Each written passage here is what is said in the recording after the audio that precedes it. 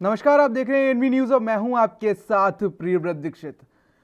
लोकसभा सांसद जूएल ओरांव ने संसद के दोनों सदनों में विपक्ष के हंगामे पर अपनी प्रतिक्रिया दी है। उन्होंने कहा कि सरकार चर्चा को तैयार है, लेकिन विपक्ष चर्चा नहीं करना चाहता। क्या कुछ उन्होंने कहा, आइए सुनते हैं। सरकार डिस्कशन करने के लिए तैयार है, लेकिन विपक्ष जो पार्टी है ये डिस्कशन करना नहीं चाहता है। केवल हल्ला गुल्ला करके पार्लियामेंट को स्टॉल करना और हम डिस्कशन करने के लिए चाहते हैं, ये मैसेज देने के लिए कोशिश कर रहा है। भारतीय जनता पार्टी के नेतृत्व में जो नरेंद्र मोदी जी का सरकार है, ये तो डिस्कशन करने के लिए तैयार है, शुरू से बोल रहा है। अब जो भी विषय में डिस्कशन करना चाहते हैं, प्रॉपर नोटिस दीजिए और उसमें डिस्कशन में आइए। हम तो बहुमत में हैं। अगर डिस्कशन होने के बाद कोई वोटिंग होगा, उसमें भी हमारा तो कोई तकलीफ होने वाला नहीं है। तो इसलिए हम डिस्कशन करने के लिए चाहते हैं। विरोधी दल है, ये डिस्कशन नहीं चाहता है। केवल हल्ला गुल्ला करके भाग जाना पार्लियामेंट से या उसको बंद कर देना, ये उनका काम है। बाहर में क्या बोलते, हाउस में बोलने के लिए बोलने से वो तैयार नहीं है। कोई भी बोले, कोई भी किसी सब्जेक्ट में डिस्कशन करने के लिए, फार्मर इशू हो, गैसेस इशू हो, बाकी कोई भी इशू हो, हम तो डिस्कशन करने के लिए तैयार हैं।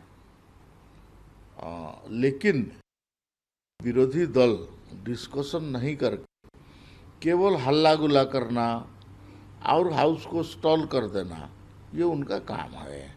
ये ठीक नहीं है। इसको नकारात्मक विपक्ष दल का हिसाब से हम मानते हैं। हम डिस्कशन करने के लिए तैयार हैं। विरोधी दल डिस्कशन करने के लिए तैयार हो जाए और प्रॉपर नोटिस दे के मूव हाउस में। और स्पीकर तो बार बार बोल रहे हैं कि हम लोग तो डिस्कशन करना चाहते हैं। पार्टी के जो संसदीय मंत्री हैं, ये लोग भी सरकार के ओर से बोल रहे हैं कि हम लोग डिस्कशन करने के लिए तैयार नहीं। मैं किसी का नाम लेना नहीं चाहता हूँ, कौन क्या बोला उसको नहीं चाहता हूँ। सरकार पूरा ओपन माइंड, प्रधानमंत्री स्वयं बोले हमको तीखे से तीखे आलोचना करें, हम उसके लिए तैयार हैं। सब चीज के लिए हम लोग कर देने के लिए तैयार हैं। तो वहीं केंद्रीय मंत्री कौशल किशोर ने कई अहम मुद्दों को लेकर भी अपनी प्रतिक्रिया दी है और सदन में हंगामे पर विपक्ष पर सीधा निशाना साधा है। आइए देखते हैं। मुझे तो इस विषय पे कुछ नहीं कहना है। सरकार बात करती है और उनसे अनुरोध भी करती है और स्पीकर महोदय भी अनुरोध करते हैं, लेकिन विपक्ष खुद चर्चा करने के लिए तैयार नहीं है इस पर। लेकिन उनका ये मतलब वो एक स्ट्रैटेजी बनाई जिससे कि पर चर्चा हो, तो चर्चा करें, उनको रोके कौन है? वो तो चर्चा का हंगामा करते हैं, हंगामा करके सदन को बाधित करते हैं। चर्चा करना ही नहीं चाहते वो लोग। चर्चा करें तो सरकार भी लगातार चर्चा करने के लिए तैयार है और लगातार ये बात कहते हैं, मगर वो चर्चा करने के लिए विपक्ष खुद नहीं तैयार। अब नीतीश कुमार जी खुद बड़े लीडर हैं और उन्होंने जो अपनी बात कही है वो अपनी मर्जी से कही है, और उस पर मुझे कोई कमेंट नहीं। देखिए, कोई भी काम होता है तो विपक्ष का काम है विरोध करना, और वो विरोध करते ही हैं। वो जिला पंचायत का मामला है। जिला पंचायत ने अगर अपने ज़िले का नाम प्रस्तावित करके बदला है तो उस पर उनको ऑब्जेक्शन इसलिए नहीं करना चाहिए क्योंकि बीएसपी और सपा ने भी ज़िले भी बनाए हैं और ज़िलों के नाम भी। चलिए, कम से कम उनको ये पता है कि बीजेपी को का एक मजबूत गढ़ है त्रिपुरा भी, ये उनकी समझ में आया है। कम से कम इसको एक्सेप्ट किया है उन्होंने कि बीजेपी। केंद्रीय मंत्री रामदास अठावले ने कई मुद्दों को लेकर अपना बयान दिया है। उन्होंने कहा कि पाक को लड़ाई नहीं करनी चाहिए। उन्होंने केरल में बढ़ रहे कोरोना केस को लेकर भी एक बयान दिया है। पेगासस के संबंध में विपक्षी दलों का हल्ला बोला चल रहा है और इसके संबंध में जो हमारे आईटी मंत्री है अश्विनी वैष्णव जी, उन्होंने 20 तारीख को ही, 20 जुलाई को ही संसद में अपनी भूमिका रखी है। और जो आरोप विपक्ष लगा रहा है इसमें कोई तथ्य नहीं है, और जो आरोप है बेबुनियाद है। इसी तरह की भूमिका रखी, इसलिए मुझे लगता है कि इसमें जांच की कोई बिल्कुल आवश्यकता नहीं है। और ये कितना भी हल्ला गुल्ला करे, लेकिन 2024 का पल्ला नरेंद्र मोदी जी पार करने वाले हैं।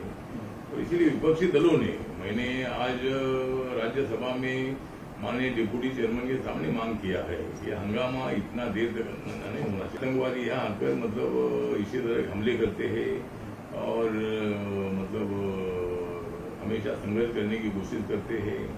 उसी तरह मतलब यहाँ भी जिस तरह दो देशों का झगड़ा है, इसी तरह आसाम और मिजोरम का जो हुआ है, अच्छी बात नहीं है, लेकिन इसमें से मार्ग निकलना चाहिए। और मुझे लगता है कि माननीय अमित शाह जी इसमें से मार्ग निकाल रहे हैं। होम सेक्रेटरी जो सेंट्रल के, वो भी मतलब दोनों अधिकारियों से बातचीत करके इसमें से मार्ग निकाल रहे हैं, और बहुत ही जल्दी इसमें से मार्ग निकल जाएगा। और ये झगड़ा कोई अच्छी बात नहीं है, और बाहर के लोगों ने झगड़ा बढ़ाने की बिल्कुल आवश्यकता नहीं है। और इसीलिए मुझे लगता है कि इसमें हम शांति चाहते हैं, और आसाम क्या हमारा ही है, मिजोरम हमारा ही है, ऐसा झगड़ा होना ठीक बात है। 22,000 आ रही है, बाकी के राज्यों ने तो कंट्रोल किया है। दिल्ली ने, उत्तर प्रदेश ने, बाकी के राज्यों में मतलब बहुत ही कम केसेज आ रही है, लेकिन केरल और महाराष्ट्र में सबसे ज्यादा केसेज आ रही है। तो जो नया वायरस में मिला है, ये बात सीधा नहीं है, और हम लोगों ने गंभीरता से लेने की आवश्यकता है। राष्ट्रीय सुरक्षा परिषद के अध्यक्ष पद पहली बार भारत के प्रधानमंत्री माननीय नरेंद्र वहाँ जगह मिली है, और उनको मतलब ये बहुत ही बड़ी जिम्मेदारी मिली है। मुझे पूरा विश्वास है कि नरेंद्र मोदी जी बहुत बड़े स्टडीड आदमी है, बहुत बड़े एक्टिव आदमी है। उनको मिलती है वो जिम्मेदारी, बहुत ही होशियारी से निभाने का काम उनको करते रहते हैं। इसीलिए ये जो बहुत बड़ा पद जो है, ये पहली बार भारत के प्रधानमंत्री जी को मिला है।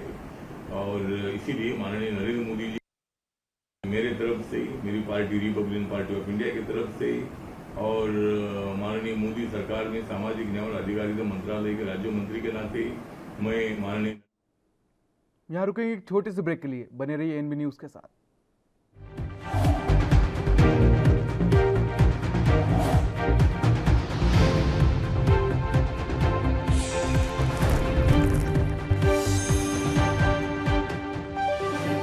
स्वागत है आपका ब्रेक के बाद। कांग्रेस नेता पीएल पूनिया ने असम मिजोरम विवाद पर बोलते हुए सरकार को जमकर घेरा। क्या कुछ कहा, आइए सुनते हैं आपको। आसाम और मिजोरम के बीच में जो तनातनी चल रही वो अत्यंत दुर्भाग्यपूर्ण है, और दुर्भाग्यपूर्ण इसलिए भी है कि दोनों एनडीए की सरकारें हैं, और केंद्र सरकार गृह मंत्री उसमें हस्तक्षेप नहीं कर रहे हैं। बिठा के इसका स्थायी हल होना चाहिए, और इसलिए असम के चीफ मिनिस्टर ने कहा कि अगर इसका समस्या का समाधान होता है तो मैं अपीयर होने को तैयार हूं, लेकिन अधिकारियों को ह्यूमिलेट नहीं होने दूंगा, और जरूरत पड़ी तो सुप्रीम कोर्ट का दरवाजा भी खटखटाएंगे। इसी में केंद्र सरकार को आगे आना चाहिए, और हिंदुस्तान में दो प्रदेशों के बीच में अगर इस तरह से बाउंड्री डिस्प्यूट को अनरिजॉल्व रखा जाएगा तो ये ठीक नहीं। किसी भी तरीके से केंद्र सरकार को इसको गंभीरता से लेने की आवश्यकता है। मंत्री जो भी कहें वो उनसे उम्मीद नहीं की जाती कि वो राहुल जी की तारीफ करें, लेकिन राहुल जी ने अनेक अवसर पर ये कहा है कि वैक्सीन सबको लगवाना चाहिए, और कोरोना से बचने का एकमात्र उपाय वैक्सीनेशन है। ये राहुल जी ने अनेक मौकों पर कहा है, और फिर उसको झुठलाना तो ये कहाँ की राजनीति है, तुच्छ राजनीति है जो भारतीय जनता पार्टी कर रही है। शायद अमित शाह जी ठीक कह रहे होंगे कि क्राइम के मामले में टॉप स्पॉट पे ले आए हैं उत्तर प्रदेश को योगी आदित्यनाथ जी, क्योंकि लॉ एंड ऑर्डर का जहां तक सवाल है तो वो तो टोटल पूरी तरह से फेल है। वहां पर कानून का राज नहीं, जंगल का राज है। जो अपराधी खुल्लम खुल्ला छुट्टे घूम रहे हैं, जिनका जरा सा भी भारतीय जनता पार्टी से कनेक्शन है उनको कोई हाथ नहीं लगा सकता। तो वो क्राइम तो होता रहेगा, इस तरह से होता रहेगा। और अमित शाह जी गृह मंत्री हैं, उन्हें क्राइम के आंकड़ों के बारे में जानकारी होनी चाहिए। उत्तर प्रदेश क्राइम में टॉप स्पॉट पे है। लैंड ऑर्डर को मेंटेन, देखिए ओवैसी जी जो भी कुछ कहें, लेकिन ये हकीकत है कि विपक्ष का ये कर्तव्य है कि जो देश के सामने जो इम्पोर्टेंट मसले हैं, विषय हैं, समस्याएं हैं, उसको हाउस में उठाएं, चर्चा करें, सरकार को अकाउंटेबल करें, बनाएं। तो ये विपक्ष का दायित्व भी है, उनको अधिकार भी है। और उसको डिनाई करना तो ये सरकार को दोष है। अगर हाउस चल नहीं रहा है, पेगासस और किसानों के मामले पर विपक्ष अगर चर्चा करना चाहते हैं तो एक दिन निर्धारित करके चर्चा कर ली जाए और आगे फिर सामान्य रूप से हाउस चले। लेकिन क्यों बच रही है सरकार, ये अहम मुद्दा हर आदमी इसका पूछ रहा है कि क्या छुपाना चाहते हैं। जो गंभीर मसला है उसके ऊपर सरकार को जवाब तो देना ही होगा। अन्य इंडियन नेशनल लोकदल के सुप्रीमो चौधरी ओम प्रकाश चौटाला की रिहाई के बाद पार्टी कार्यकर्ताओं और पदाधिकारियों में नया जोश है और पार्टी कार्यालय में आयोजित की गई इस बैठक में ये जोश देखने को मिला। इस दौरान पार्टी के राष्ट्रीय उपाध्यक्ष अश्विनी दत्ता और प्रदेश प्रवक्ता सतवीर सैनी ने कार्यकर्ताओं के साथ बातचीत भी की। कार्यकर्ताओं से बैठक के दौरान पदाधिकारियों ने संगठन को मजबूत करने के लिए विचार विमर्श किया और बूथ स्तर पर कार्यकर्ताओं को जोड़ने की बातचीत भी हुई। इस दौरान नेताओं ने कहा कि ओम प्रकाश चौटाला की रिहाई के बाद कार्यकर्ताओं के साथ साथ प्रदेश की जनता को भी उनसे काफी उम्मीदें जगी हैं।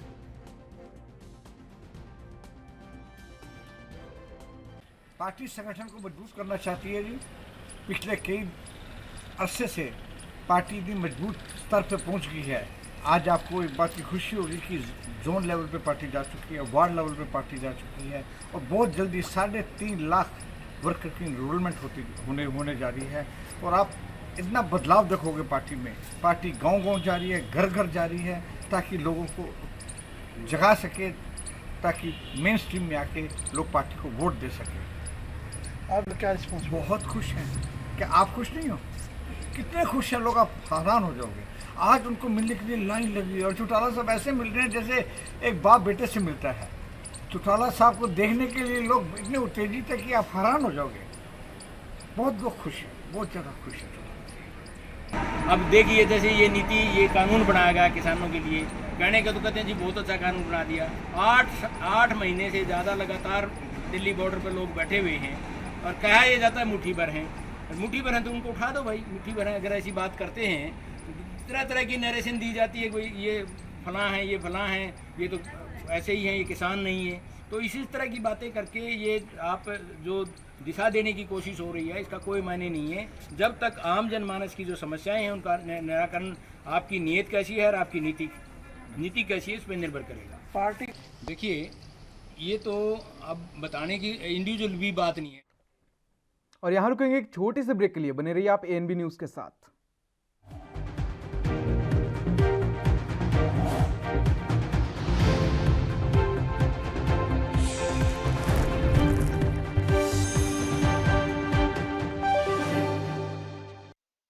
ब्रेक के बाद स्वागत है आप सभी का। मुंबई में शिव सैनिकों का हंगामा देखने को मिला है।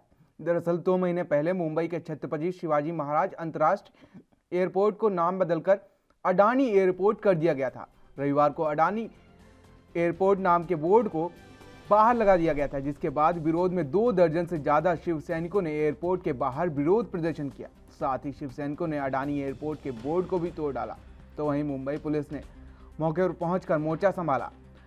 शिव सैनिकों ने एयरपोर्ट के वीआईपी गेट नंबर 8 और विले पर्ले हाईवे पर छत्रपति शिवाजी महाराज के स्मारक के सामने लगे बोर्ड को लाठी डंडों से तोड़ दिया।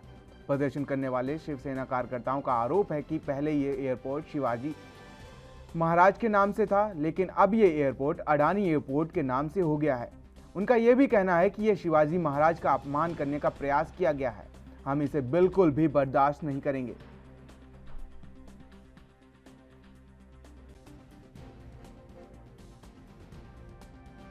आपको मालूम है माननीय हिंदू हृदय सम्राट शिवसेना प्रमुख बाला साहब ठाकरे जी होंगे, बाद में हमारे अटल बिहारी वाजपेयी जी थे, इनके माध्यम से ये तो नाम लगाया गया छत्रपति शिवाजी महाराज इंटरनेशनल एयरपोर्ट, और बहुत बड़ा फंक्शन हो गया था।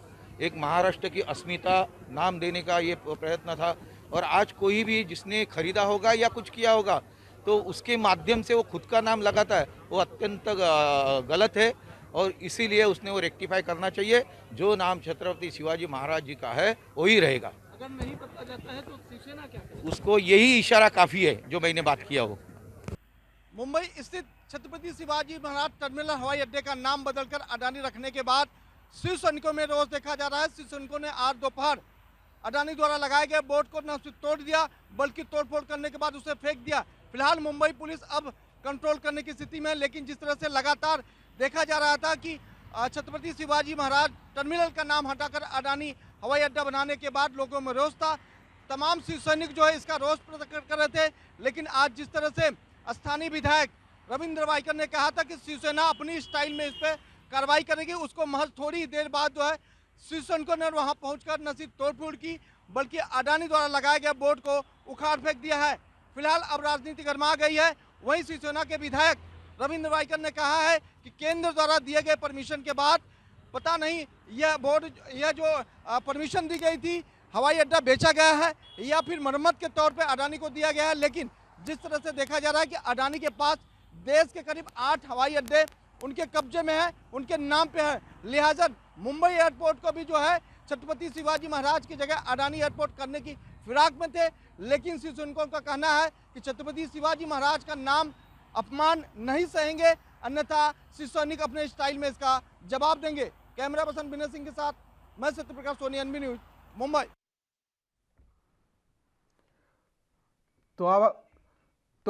अब आपको सीधे लिए चलते हैं दिल्ली, जहां पर राहुल गांधी साइकिल मार्च करते नजर आ रहे हैं। आपको बता दें कि आज सुबह 9:30 बजे राहुल गांधी ने विपक्षी सांसदों के साथ बैठक की थी, चाय पर चर्चा की थी, उन्हें नाश्ते पर बुलाया था, जिसके बाद मंथन हुआ और अब राहुल गांधी साइकिल पर सवार होकर निकल चुके हैं।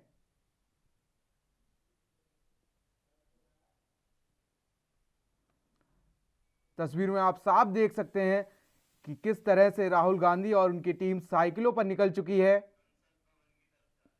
राहुल गांधी संसद भवन की तरफ निकल चुके हैं और ये पहले हमें संसद के अंदर हंगामा देखने को मिलता रहा है, लेकिन अब हो सकता हो संसद के बाहर भी हंगामा देखने को मिल सके। लगातार बढ़ रही महंगाई को लेकर लगातार कांग्रेस प्रदर्शन कर रही थी, उसी को लेकर आज साइकिल पर सवार होकर राहुल गांधी संसद पहुंच रहे हैं और ये विरोध प्रदर्शन कर रहे हैं। लगातार तेल की बढ़ती कीमतों को लेकर ये तस्वीरों में आप साफ देख सकते हैं किस तरह से राहुल गांधी साइकिल पर सवार होकर निकल चुके हैं संसद की ओर और वो प्रदर्शन करने के मूड में हैं। ये लाइव तस्वीरें आप सीधे दिल्ली से देख रहे हैं, जहां पर राहुल गांधी साइकिल पर सवार होकर संसद की ओर निकल चुके हैं और वो प्रदर्शन करेंगे। साथ ही तेल की बढ़ती कीमतों को लेकर उन्होंने ये साइकिल मार्च निकाला है। साथ ही पुलिस ने भी यहां पर पुख्ता इंतजाम कर लिए हैं। ये सीधी तस्वीरें आप अपनी टीवी स्क्रीन पर देख रहे हैं दिल्ली से।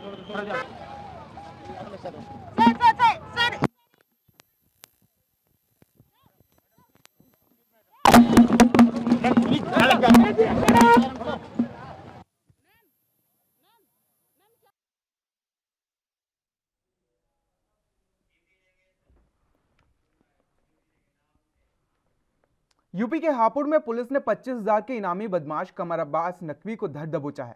थाना धौलाना पुलिस के साथ हुई मुठभेड़ में पुलिस ने शातिर बदमाश को पकड़ा है। आपको बता दें कि शातिर बदमाश कमर अब्बास नकवी कई मामलों में फरार चल रहा था। साथ ही 29 जून को दिन दहाड़े हत्या के मामले में मुख्य आरोपी भी है।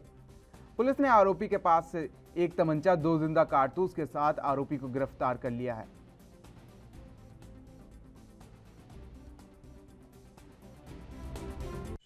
आज रात्रि को धौलाना पुलिस की वांछित अपराधियों के पकड़ने के अभियान के दौरान एक बदमाश के साथ मुठभेड़ हुई है, जिसमें एक बदमाश जिसका नाम कमर अब्बास था, उसको घायल अवस्था में पुलिस ने गिरफ्तार किया है। उसको तत्काल अस्पताल पहुंचा दिया गया, जहां इसकी स्थिति ठीक है। इस बदमाश के विरुद्ध कोर्ट ने NBW जारी किया हुआ था और उसके ऊपर 25,000 का इनाम भी था। 29 जून को थाना धौलाना में एक व्यक्ति का मर्डर हुआ था, दिन दहाड़े मर्डर हुआ था। उस मर्डर में ये व्यक्ति शामिल था। आवश्यक वैधानिक कार्रवाई की जा रही है। यूपी के सहारनपुर में इंटर बोर्ड की परीक्षाओं के बिना परिणाम घोषित किए जाने पर सहारनपुर के अल्पाइन पब्लिक स्कूल पर 30 बोर्ड परीक्षार्थियों की सप्लीमेंट आने पर जमकर हंगामा किया। हंगामे में विद्यार्थियों के साथ अभिभावक भी शामिल रहे। उन्होंने बच्चों के रिजल्ट जल्द से जल्द ठीक कराकर देने के स्कूल प्रबंधन से मांग की है। छात्रों का आरोप है कि कुछ बच्चों जो कक्षा में कभी सवाल का जवाब भी नहीं दे पाते थे, वो उत्तीर्ण हो गए क्योंकि वो स्कूल के ही टीचर्स से ट्यूशन पढ़ते थे। साथ ही कहा कि उनसे स्कूल के ही शिक्षकों से ट्यूशन ना पढ़ने का बदला लिया गया।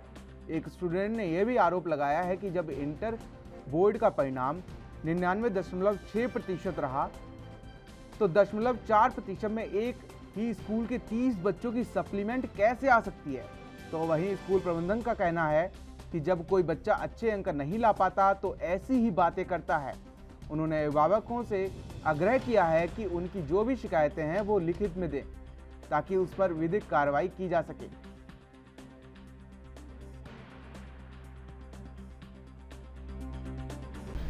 बोर्ड ने जो रिजल्ट बनाने के लिए पॉलिसी हमें बताई थी, उसमें हर स्कूल का एक रेफरेंस, हिस्टोरिकल रेफरेंस ईयर बनाया गया था। इसका मतलब ये है कि जिस स्कूल का पिछले 3 सालों में 12th क्लास का जो भी रिजल्ट बेस्ट रहा है, वो इस साल भी रिजल्ट प्रिपेयर करने। कोरोना की तीसरी लहर को लेकर अंबाला प्रशासन ने तैयारियां पूरी कर ली हैं। कोरोना की तीसरी लहर से पहले स्वास्थ्य विभाग ने 7 एम्बुलेंस शामिल हो गई हैं। लेकिन हैरत की बात तो यह है कि एम्बुलेंस पंजीकरण के इंतजार में नागरिक अस्पताल में धूल फांक रही हैं। अंबाला के सिविल सर्जन कुलदीप शर्मा ने 3 एम्बुलेंस के रजिस्ट्रेशन होने की बात कही और बाकी 4 के 1 हफ्ते में रजिस्ट्रेशन होने की बात करते नजर आए। वहीं एम्बुलेंस की देखरेख ड्राइवर कर रहे हैं। हर रोज उनको साफ किया जाता है, साथ ही उन्हें स्टार्ट करके भी देखा जाता है।